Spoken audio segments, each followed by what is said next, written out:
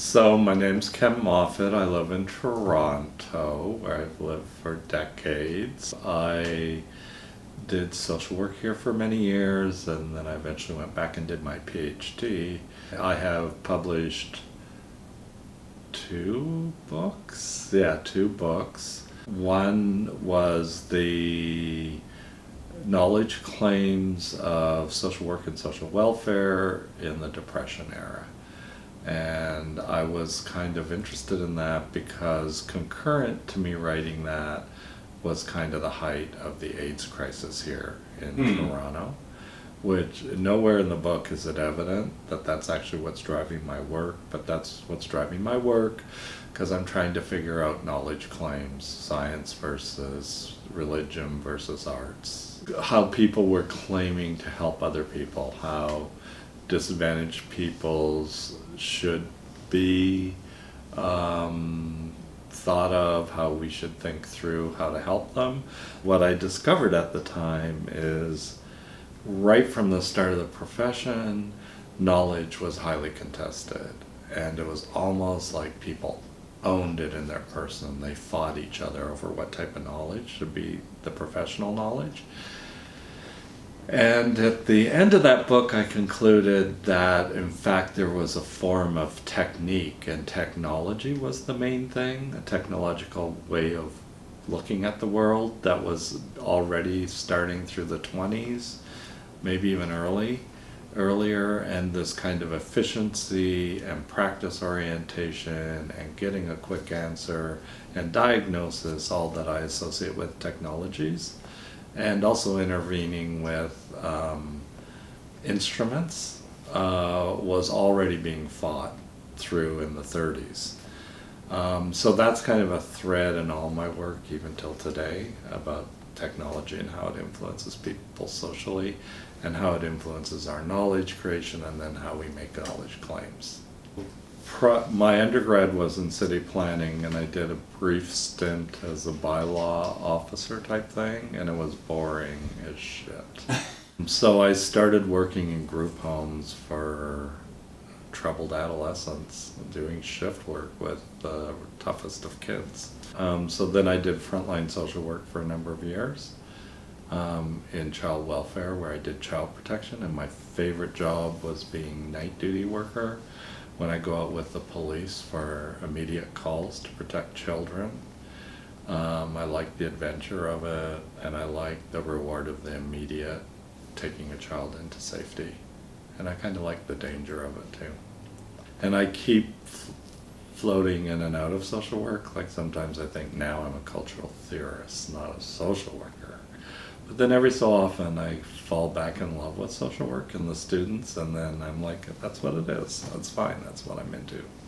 So the second book that I did was a book on masculinities. During the AIDS era, prior to that, because I was a young gay man in the city, I loved the nightlife, and I was partying, and then the shock came to us all in the middle of partying, which was AIDS. So I was very interested in sex and sexuality and why this was driving us all so much. And we had great communities and great fun, all based on sexuality. More later, probably around when I was doing PhD studies, I became interested in gender. All of a sudden I became like, it's not about sex, it's about gender. Gender is what's interesting. This became an edited book, and I just really called on a number of males who are racialized in different ways, who have different gender claims or gender identities, troubling the notion of one big voice from nowhere masculinity, which is actually a very similar process to troubling technology. I distrust voices that stand outside of history or that seem like they're one thing. And so technology functions as if, and people's claims around technology functions as if it's outside of history. It's just the way it is, and it's just the way we're going, and it's all progress. maleness, a certain type of maleness functions in the same way, that it's outside social relationships. It's just the way it is. A man's a man in a certain way. So I've been involving more art in my academic practice. And the thing about art is, for me, it can be more playful, and it can be a way of manifesting concepts. So I'll give you an example from a number of years ago. Patrick DECOSTE and I did a STAG club where we took a storefront gallery and we made it into a men's club. We got a giant stag head, cedar chips all over the floor, anything that just kind of read as very male we put in this space. So the opening of Stag Club became really what Stag Club was about, and you had this incredibly crazy mix of people of all genders in a men's club. So the irony of it was kind of right there in the moment. So that was a way of exploring this masculinities in a different way, but also exploring human contact and diversity and alternative space. Out of that, I got invited to Patrick DECOSTE curate a show there, and it was about fathers. And in that show, I took a very personal note that my dad had written very late in life that was kind of touching, and I believe he ends up signing it, "Love Your Father."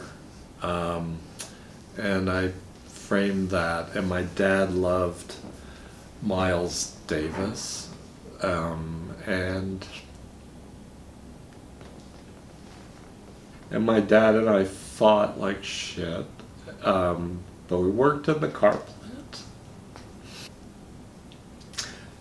You know Windsor summers, hot, muggy, unbearable, enraging in their own right, working class town, no relief visually. And my dad and I would drive to the car plant together and fight sometimes, not always. Sometimes we just sit quietly for the whole time while he listened to jazz out of Detroit. And whenever Miles Davis came on, he'd turn it up. And I'd be like, who is this man? Like, he loves Miles Davis? Like, but it was also a kind of moment of attachment to him, that he liked it, and we were quiet, we were ensconced in this car. And then, of course, the car plant was, in those days, was all men. It was just pure masculinity, pure testosterone, with going off to drink beer and watch strippers at lunchtime and get a little drunk before you went back to the line. You know, guys like pounding the machines where the sandwiches were when they wouldn't work. Every so often one would be broken, you know, fractured because some guy just went berserk. Anyway, so I did an art piece. Let's get back to the art piece. And it was just this letter from my dad that was really disorienting. And then I put headphones with Miles Davis playing. So again, it was like breaking down father for me. It was like these two moments where my dad, who was this big, fierce, macho, dangerous, angry guy, where that was kind of broken apart, and you wonder about him. So you can see like the art is tied into social relations, personal relations. So I edited a masculinity show where it was visuals of masculinity, and again, people had different gender claims about masculinity in that show. By the time the opening happens, you had professors and students and social workers and community workers and punks and artists, and just a crazy kind of mix of people at the opening, those are the spaces I love. So to me, the art is also about creating a space, and then the opening almost becomes the art to the event. And that became another night. That became, I was taken aside by one of the lesbian contributors and says, Ken, the main thing is you just put people together in a room who never get together. You put artists in the same room who would never hang out together.